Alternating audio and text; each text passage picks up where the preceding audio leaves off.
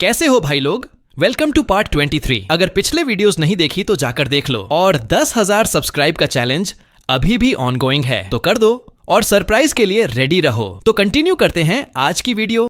Naruto ने अपने चक्रा hand से सामने से आ रहे 2 टेल्स और 4 टेल्स के अटैक को रोक लिया। इसके बाद उसने एक जोरदार रसेंगन स्ट्राइक मारी, ठीक वहीं जहां पिछले जन्म में उन दोनों के शरीर पर वो लोहे की रॉड्स लगी थीं। वो मुस्कुराया, जगह वही है, इस बार खत्म करना ही पड़ेगा। दूर से खड़ा सासुके ठंडी नजरों से सब देख रहा था। नारुतो, इसे तो पहले से सब पता है, हर जिंचुरिकी की कमजोरी तक। उसने तुरंत 5 टेल्स को कंट्रोल किया और एक जबरदस्त किक से नारुतो को हवा में उड़ा दिया। नारुतो कई मीटर दूर जाकर गिरा और उठते हुए मुस्कुराया। हाँ, ये बिना पूंछ वाले अंकल की स्ट्रेंथ तो अब भी गजब है। उसे याद आया, पिछले जन्म में जब वो कगुया से लड़ रहा था तो इसी 5 टेल्स जिंचुरिकी ने अपनी जानलेवा ताकत से कगुया के सीलिंग जुत्सु को तोड़ दिया था और सीधा सामने से उसका वार झेल लिया था। उस वक्त कगुया खुद पीछे जा गिरी थी। इतने में ओबिटो आगे बढ़ा और बोला, बस करो नारुतो, अब शांत होकर मेरे साथ चलो। 9 टेल्स मुझे सौंप दो। एक बार मून आई प्लान पूरा हो गया तो तुम अपने सपनों की दुनिया में होकागे बन सकते हो। नारुतो हल्का मुस्कुराया। अगर मैंने वो भविष्य नहीं देखा होता तो शायद इस झूठे सपने में खो जाना भी बुरा नहीं लगता, वो बोला। लेकिन हकीकत ये है,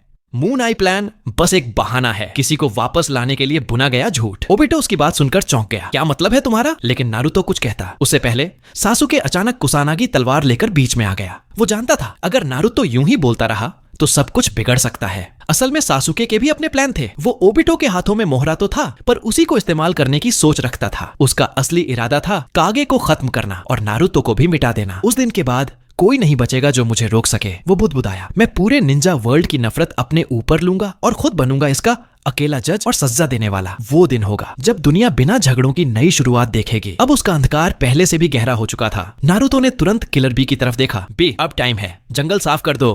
बी ने हामी भरी। Right little brother. उसने अपनी पैंट उतारी और सीधे 8 टेल्स फॉर्म में बदल गया। नारुतो ने भी 2 विशाल 9 टेल्स चक्रा हैंड्स बुलाए, जबकि ओरोचिमारू और मिनातो अस्थायी रूप से पीछे हट गए। अचानक एक विशाल टॉर्नेडो ने पूरे इलाके को घेर लिया। सासुके चाहता था कि वो सुसानो से सीधा भिड़ जाए, पर ओबिटो ने कहा, अभी नहीं, पीछे हटो। उसने तुरंत कामुई स्पेस एक्टिवेट किया और सासुके टीम टाका को अंदर खींच लिया। अब मैदान में सिर्फ वे 7 एदो 10 से जिंचुरिकी बचे थे।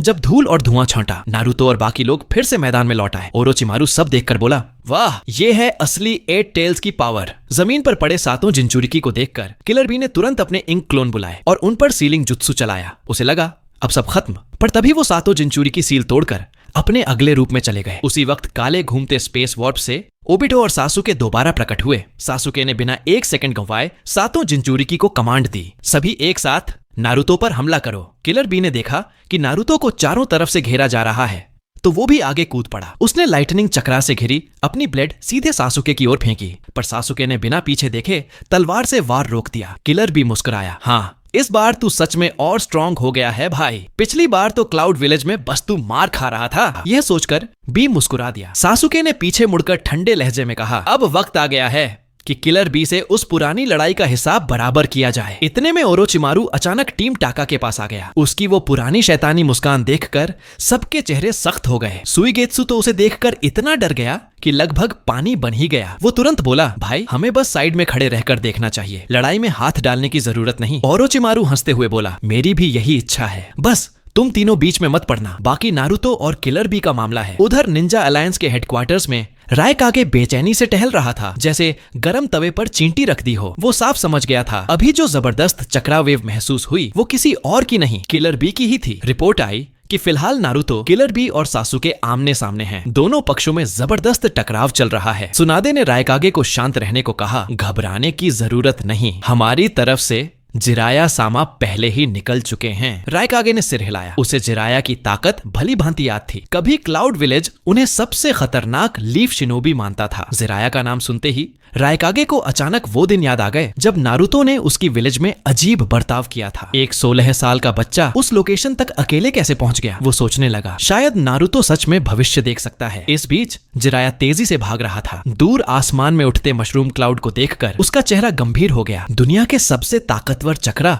वहीं इकट्ठा हैं। वो बुदबुदाया, तो नारुतो जरूर वहीं होगा। उसने कदम और तेज कर दिए। गुरु और शिष्य एक बार फिर आमने सामने आने वाले थे। उधर दुश्मनों के एक छोटे बेस में काबुटो ने महसूस किया कि अब उसकी बारी है अपने ट्रम्प कार्ड निकालने की। उसने रेत के भीतर से चौथे काजे कागे, तीसरे रायकागे और दूसरे मिजुकागे को एडो टेंसे से पुनर्जीवित कर दिया। जैसे ही ये चारों पुराने शिनोबी प्रकट हुए, टोबिरामा के सेंसरी शिनोबी फू ने तुरंत उनकी चक्रा सिग्नेचर महसूस कर ली। हाशिरामा को लगा कि शायद मदारा उचिहा आ गया है। वो खड़ा होकर बोला, क्या हुआ, दुश्मन आ गया? टोबिरामा सिर हिलाया, नहीं वो नहीं, लेकिन कुछ पुराने दिग्गज जरूर लौटे हैं। हाशिरामा ने तुरंत कहा, चलो मैदान में उतरते हैं। वो जानता था सेकंड त्सुचिकागे और सेकंड मिजुकागे मजाक नहीं है, उन्हें रोकना भारी पड़ेगा। हाशिरामा ने देखा कि नारुतो का शैडो क्लोन चुपचाप युद्ध क्षेत्र की ओर देख रहा है। उसने कहा, शायद हमें नारुतो की स्ट्रेटजी मान लेनी चाहिए। नारुतो का क्लोन बोला, फिलहाल सब धैर्य रखो, पहले भी मैंने यहाँ थर्ड रायकागे को रोका था, अभी सही टाइम नहीं है हमारे लिए। उसने सबको भरोसा दिलाया, चिंता मत करो, अलायंस में बहुत से जबरदस्त शिनोबी हैं। टोबिरामा थोड़ा असंतुष्ट दिखा, पर आखिर में बोला, ठीक है, बड़ा भाई बोला है तो रुक जाते हैं। इस बीच गारा ने अपनी सेंसिंग आई से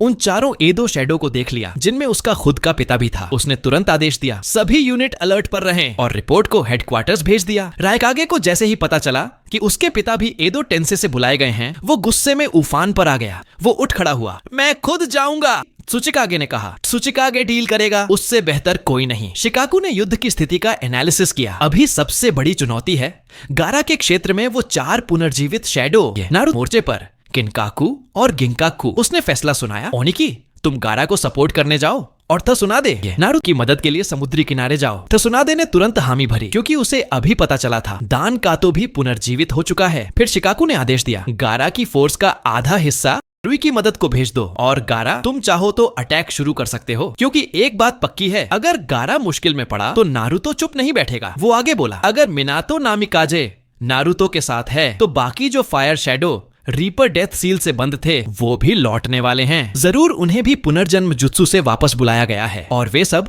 अब नारुतो की तरफ हैं। मतलब ये कि वो सभी लीफ विलेज के होकाजे किसी जगह पर मौका देखकर हमला करने की तैयारी में हैं। यह सुनकर रायकागे ने शिकामारू की तारीफ की, सच में तुम हो ही लीफ विलेज के पहले दर्जे के रणनीतिकार। अब उसे समझ आया कि क्यों लीफ विलेज हमेशा किसी से पीछे नहीं रहता। उसने सबको आदेश दिया कि वे शिकामारू की योजना के अनुसार कार्रवाई शुरू करें। उसी समय रेत के रेगिस्तान में हर गांव के निंजा अपने अपने छिपे हुए दस्ते लेकर पहुंचे। सैंड विलेज ने यह देखते ही पूरी संयुक्त सेना को सतर्क होने का आदेश दिया, और फिर उसने एक विशाल रेत तूफान दुश्मनों की ओर छोड़ दिया। दूर खड़ा रासा यह देखकर चौंक गया। उसके सामने वही पुरानी शुकाकू की शक्ति थी, जिसे वह भली भांति जानता था। उसने तुरंत जमीन पर दोनों हाथ रखकर भारी मात्रा में रेत का सार बुला लिया। यह रेत का सार साधारण रेत से कहीं ज्यादा भारी होता है, और यह वही तकनीक थी जिससे वह अपने जीवन काल में शुकाकू के बेकाबू होने से रोकता था। लेकिन जब उसने ऊपर देखा तो हैरानी हुई कि जो रेत तूफान उठा रहा था वह शुकाकू नहीं बल्कि गारा तो था। गारा तो निर्भीक भाव से अपने पिता से बोला, पिता आप स्वस्थ हैं? और भाइयों, इतना ही था आज की वीडियो कैसा लगा